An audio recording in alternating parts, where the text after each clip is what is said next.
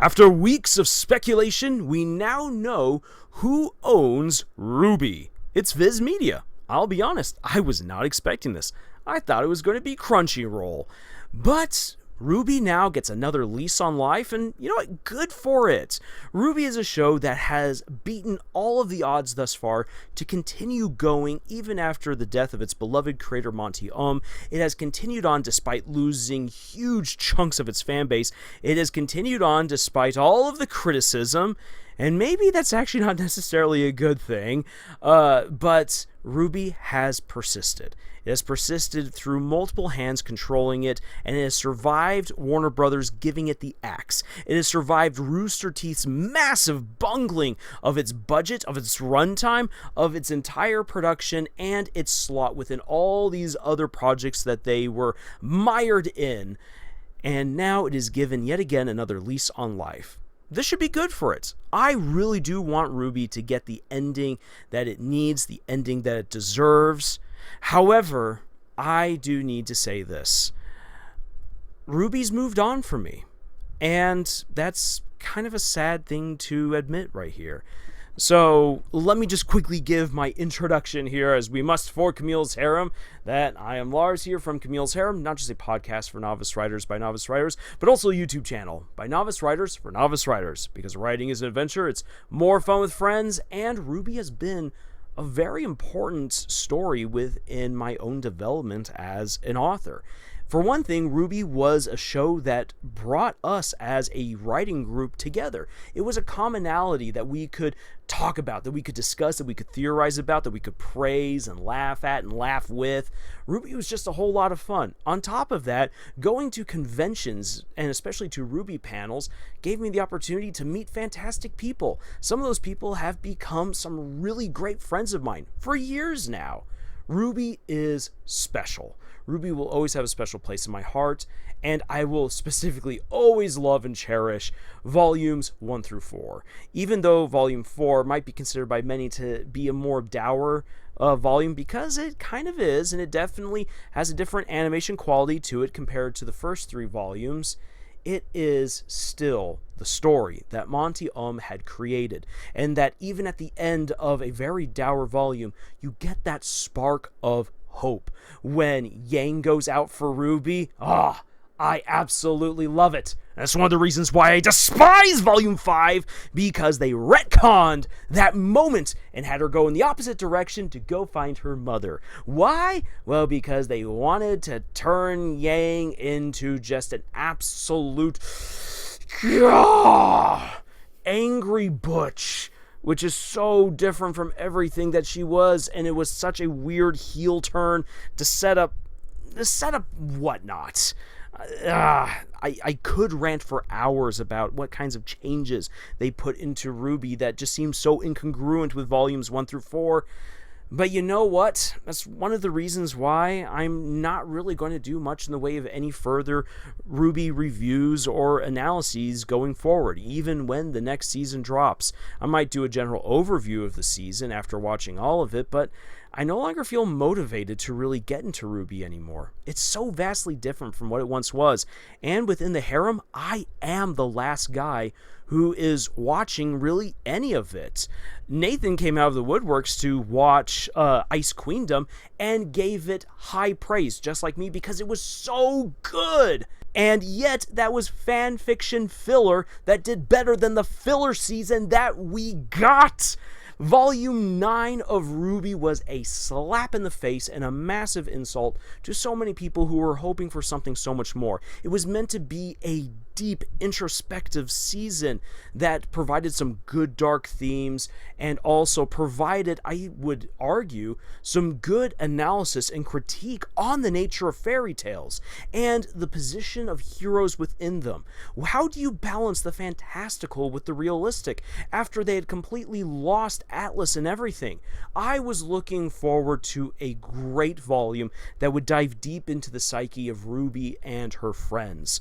And that's not really what we got. And by the end of the volume, after all of this drudgery, after wasting the aesthetic, the setting, and the potential of of Wonderland, how do you waste Wonderland? What happens at the end? The characters are exactly where they were at the beginning of the volume. The only thing that's different is that Bumblebee is now official. And congratulations to Bumblebee. I actually thought that we were going to get baited for yet another season. They finally committed to it. But I will also point out that the best moment of the entirety of Volume 9 was the Bumblebee moment. That was where the most passion in terms of writing, of character, of voice acting, and of animation went into. And when the best that you can give is for a long overdue shipping moment, and one that I'm going to argue wasn't even very well crafted and sculpted to begin with, yeah, that's bad.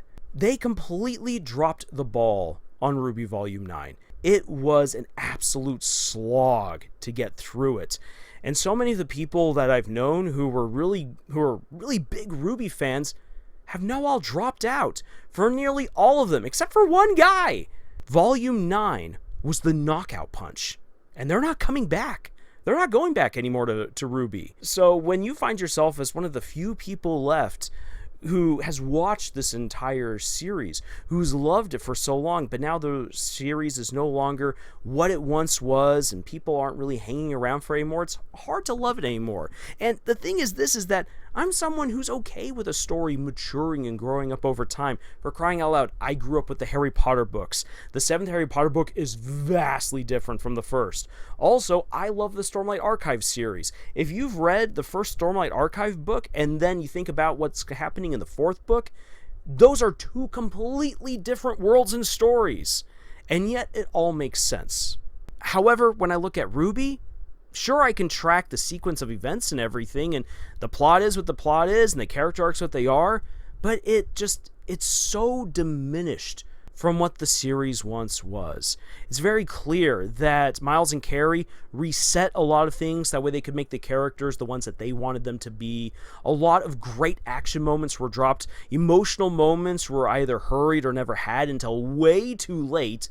And again, you dropped all of the possibility of Wonderland, for crying out loud.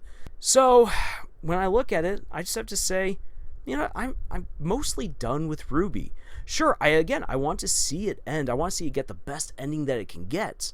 However, I'm just not that much into it anymore.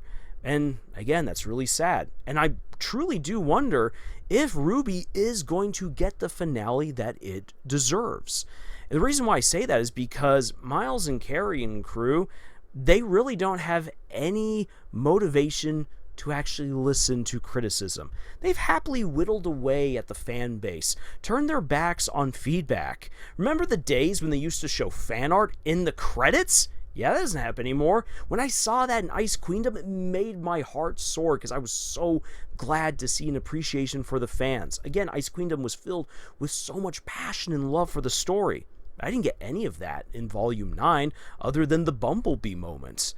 And so when you reflect on that, you realize that the show has moved on, not just simply in how it has grown as the plot has progressed, but that it's moved on from most of its fans.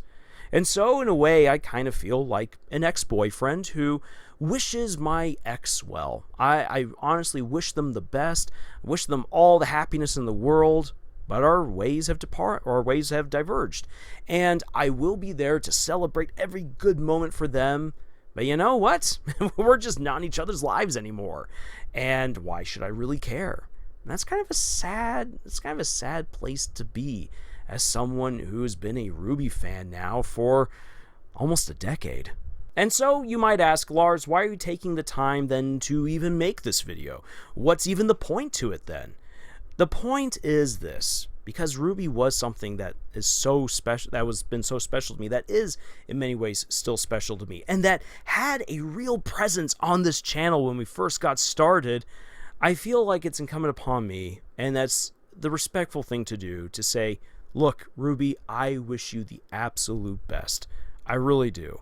And I'm glad that you're getting this third, fourth chance to make it towards the end, and I hope that this time it all works out. And I also hope that the writers get their act together and make a better, more complete story, one that it doesn't have so many pacing problems, where the characters really make so little progress throughout the runtime of the volume, where the action isn't just there simply for action's sake, but to really build on everything that we've gotten so far. No more wasted Battle for Atlas moments, please. I really, again, do wish that it will improve and that we'll have the best ending possible.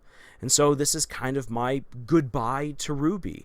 Again, I will be around to probably do some videos on RWBY in the future. There's actually one idea that I really do have in mind for RWBY in comparison to other stories that have actually found themselves in similar situations. And I want to analyze how that's all turned out. And I think it also is deserved to eventually do a full retrospective of RWBY and have a look at how the story ran as it went through so many obstacles, through so many troubles, because that deserves actually to be immortalized. It deserves to be praised and to be analyzed, but that's something to do down the road. For right now, yay, whenever Volume 10 drops, woohoo, we'll see how it turns out. But again, no reviews and analyses for RWBY as of this moment. If something really spectacular happens, then I will reassess that. But for right now, RWBY and I, we gotta go our separate ways. Those great times will always be in my heart. And so, with all that being said, you know what? I'm going to turn my attention to stuff that is far more positive, far more engaging, that really lifts up my spirits, both as a fan and as an author. I'm going to have a look at the newest season of The Dragon Prince. Huzzah! So, until the next video, y'all, thank you so much for joining us on this adventure that we call writing. Sometimes it does take a little bit of a sad turn, but, well, that's just the way that things go sometimes. But once more, I am really glad that you, dear viewer, have clicked on this, that you've decided to watch it through all the way to the end, that you, dear author, that you've given us your ear, your time, and attention. It really does mean a lot, and I say that sincerely. So, until the next video, y'all, tschüss.